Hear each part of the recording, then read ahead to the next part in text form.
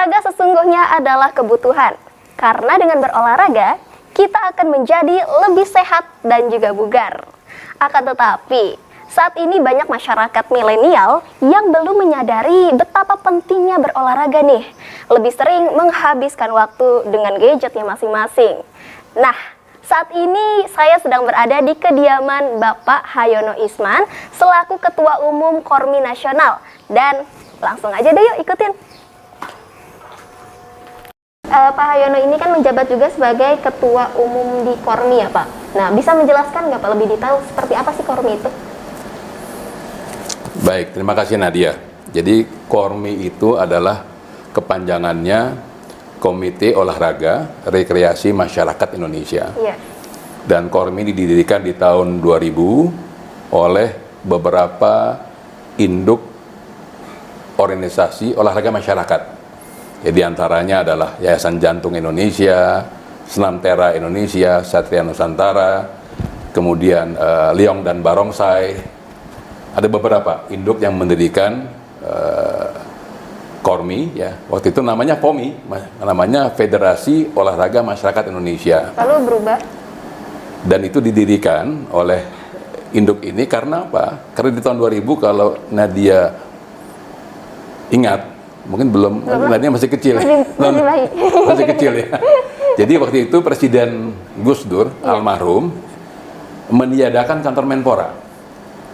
Kantor Menpora itu dibubarkan, dan bagi olahraga masyarakat masalah.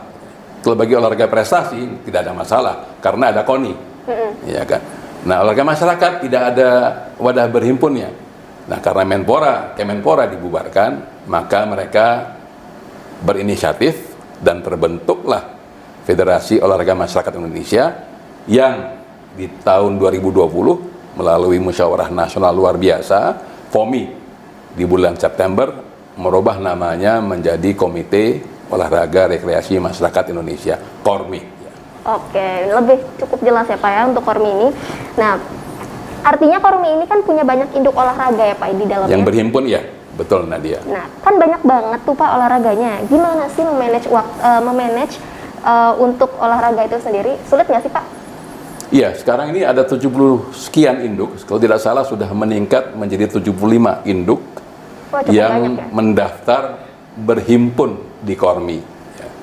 Dari kelompok olahraga tradisional dan kreasi budaya. Nah, ini seperti pencaksilat budaya, kemudian kungfu tradisional, juga ada Liong dan Barongsai tadi yang saya sebutkan, dan di situ juga hadir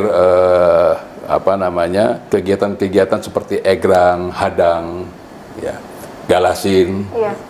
Kreasi budayanya apa? Ya, kreasi budayanya line dance, ya kan, kemudian gemu famire, itu kreasi budaya.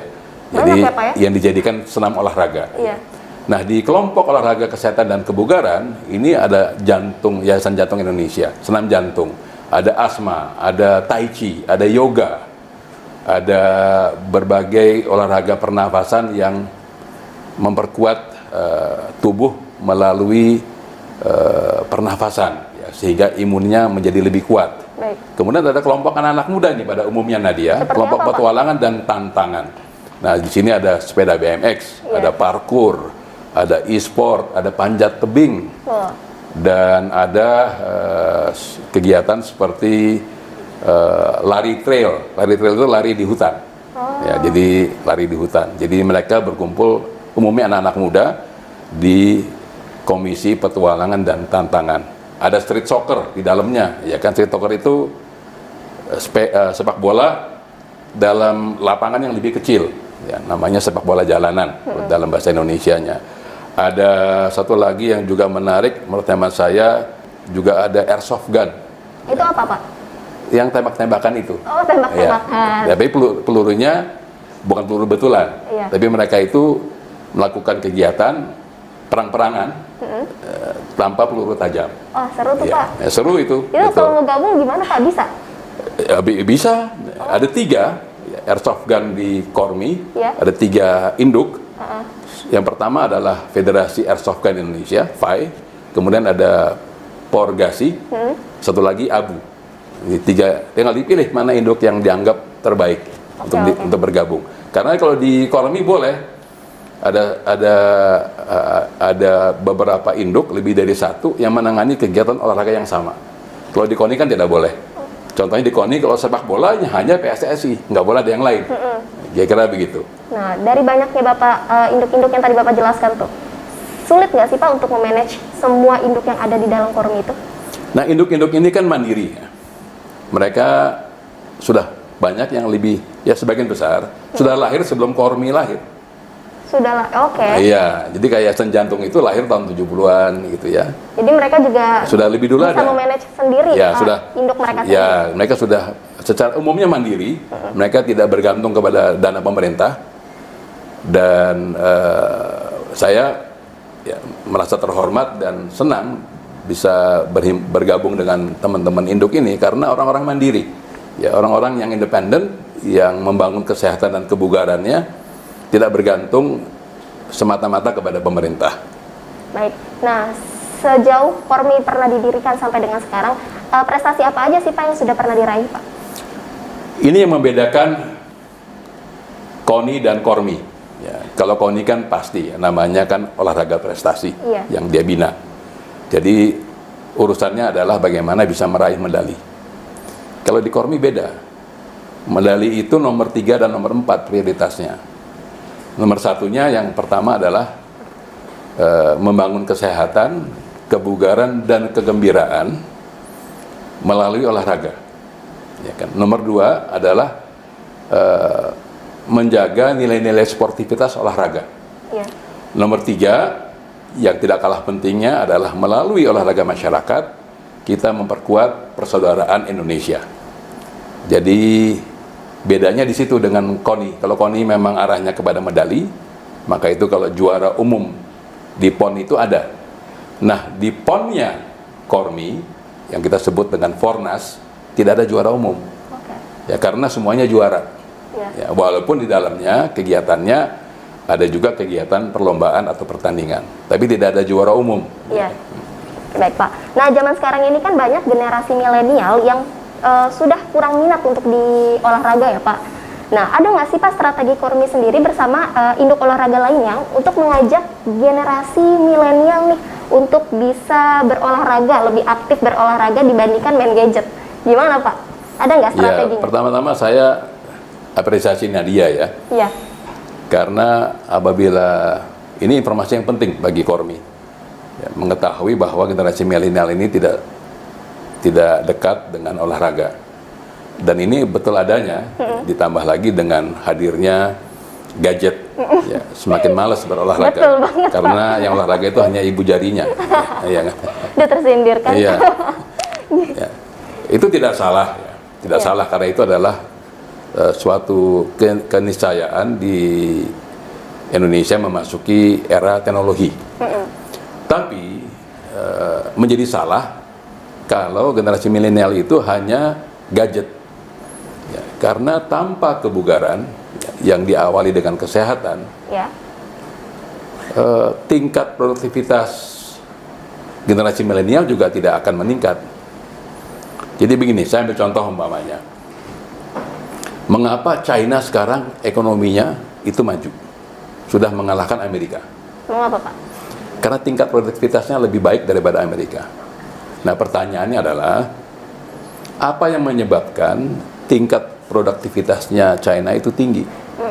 Jawaban hanya satu, masyarakatnya berolahraga.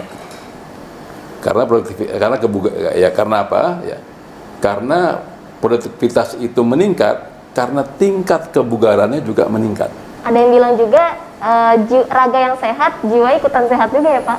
Kalau itu kan Indonesia Raya ya kan? Iya. Bangsaku, rakyatku, bangunlah jiwanya, bangunlah badannya. Ya, jadi bukan hanya jiwa yang bangun, badannya juga harus bangun. Harus ikut sehat ya, juga kan? Deh Pak. Karena kalau badannya tidak sehat dan tidak bugar, ya, itu kita sebagai bangsa akan kalah dengan bangsa-bangsa lain. Setuju. Ya, jadi yang saya khawatir Nadia, Indonesia ini tidak menyadari bagaimana pentingnya kebugaran.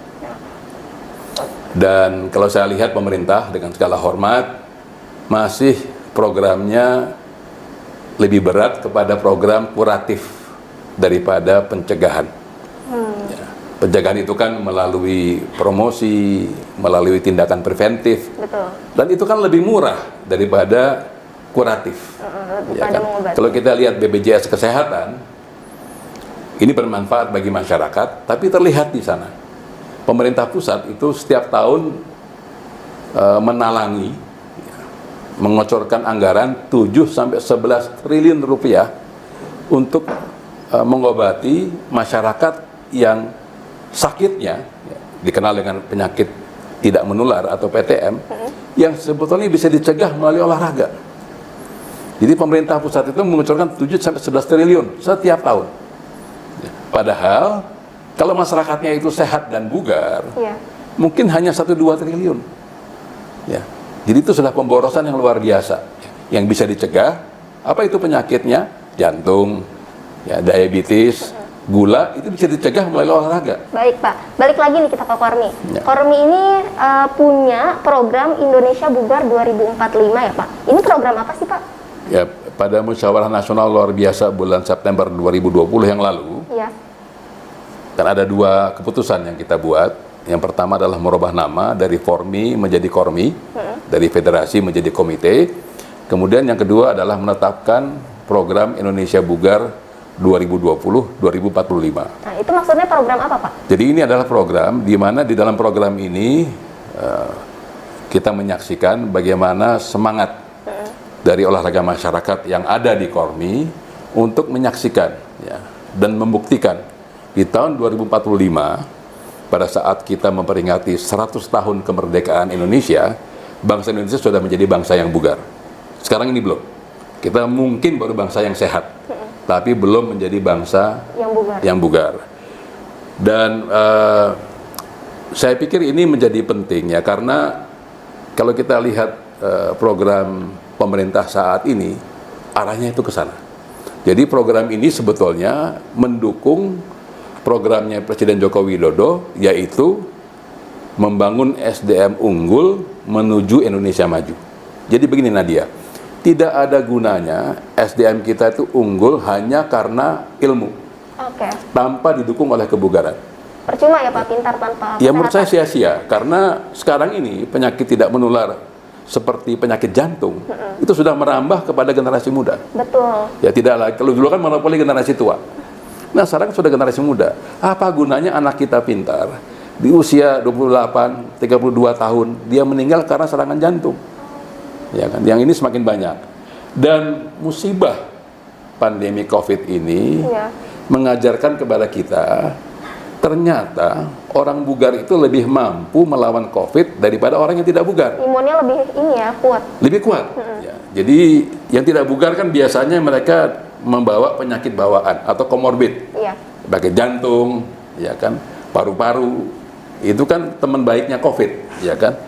Nah kalau mereka bugar, nggak ada penyakit jantung, tidak ada penyakit gula yang merupakan teman baiknya COVID-19, kan begitu, ya kan.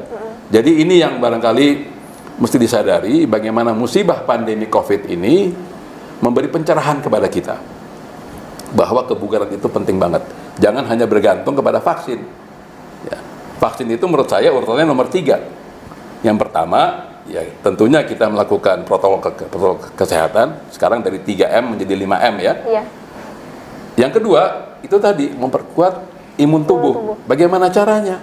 Tidak ada pilihan lain, olahraga. Percuma divaksin, tapi kalau kita nggak menjaga imun dengan olahraga ya Pak ya? Iya, ya. Jadi vaksin ini akan diperkuat apabila tubuh kita juga memiliki imun yang juga kuat. Baik, terakhir Pak, apa sih sebenarnya harapan Bapak untuk para pemuda dan olahraga di Indonesia sebagai mantan Menpora?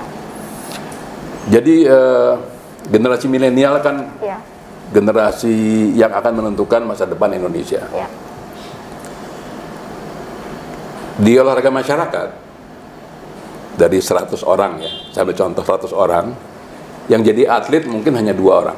Nah, yang kita sasar adalah mereka semua ini, ya 98 orang plus 2 yang jadi atlet, itu memiliki tingkat kebugaran dari sejak usia dini. Karena kebugaran tidak bisa dibangun secara instan, dia harus dibangun sejak anak-anak. Dan yang kedua adalah juga tentunya harapan saya pemerintah dapat melihat bahwa membangun SDM unggul tanpa didukung dengan tingkat kebugaran yang prima itu akan sia-sia. Setuju. Ya. Baik deh, terima kasih banyak ya Pak Hayono. Mbak Nadia, saya yang terima kasih. Atas waktunya juga sekarang. Demikian bincang-bincang Nadia hari ini dengan Pak Hayono. Semoga teman-teman di rumah mendapat banyak ilmu, wawasan, dan juga inspirasi dari beliau ya. Jangan lupa juga untuk like, komen, dan subscribe. Untuk share juga jangan lupa ya sobat.